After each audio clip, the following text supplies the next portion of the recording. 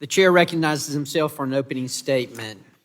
Before diving into today's very important hearing, I'd like to take a moment to thank Representative Bill Johnson for his leadership of the Environment, Manufacturing, and Critical Materials Subcommittee over the course of this Congress. He leaves large shoes to fill, and I'd like to recognize his incredible work, especially on behalf of his constituents in Ohio after the tragic events in East Palestine. I'm honored to follow his example, and I thank Chair Rogers for entrusting me with this new role. As you all know, I represent the entire coast of Georgia, over 100 miles of pristine coastline, and I believe Georgia's 1st Congressional District offers a unique perspective on the issues before this subcommittee. We have abundant natural beauty that people come from around the world to see, but it coexists with a growing manufacturing base, including the mining and production of the critical materials necessary for our modern day of life. I believe it's an excellent example of how we can protect our environment and human health while pursuing economic growth and prosperity that our constituents deserve.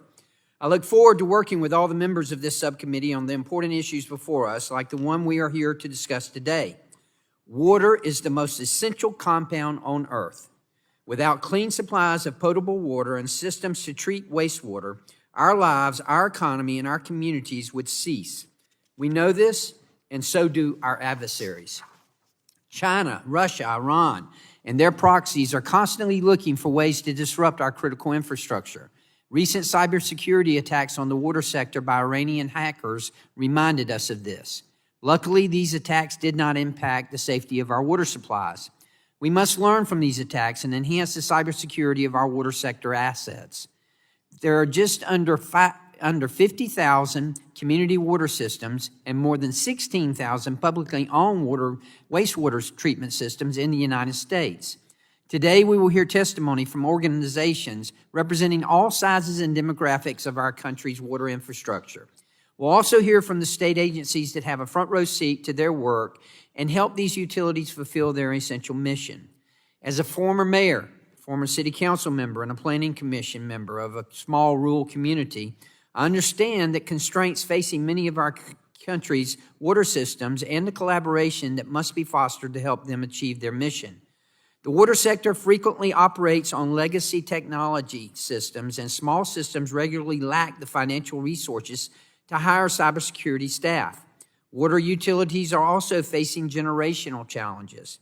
The average age of a water system operator in the United States is 57 years old.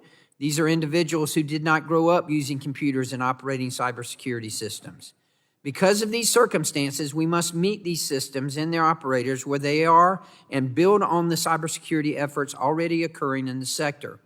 Big American companies are working with nonprofits to pilot cybersecurity programs to coach operators on cyber hygiene practices to protect these systems.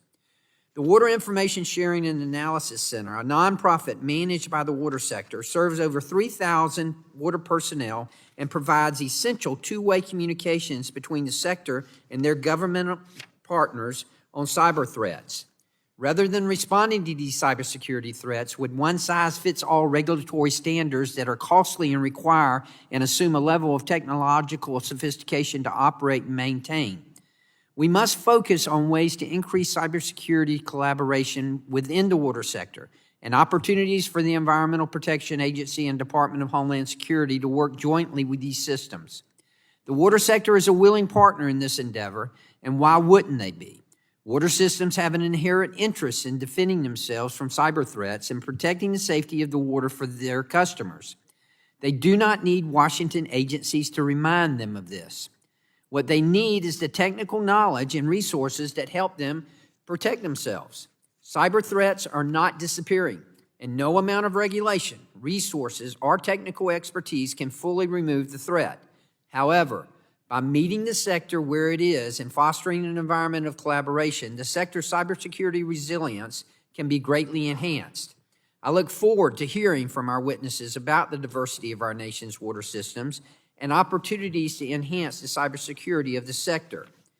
Thank you for participating in today's hearings.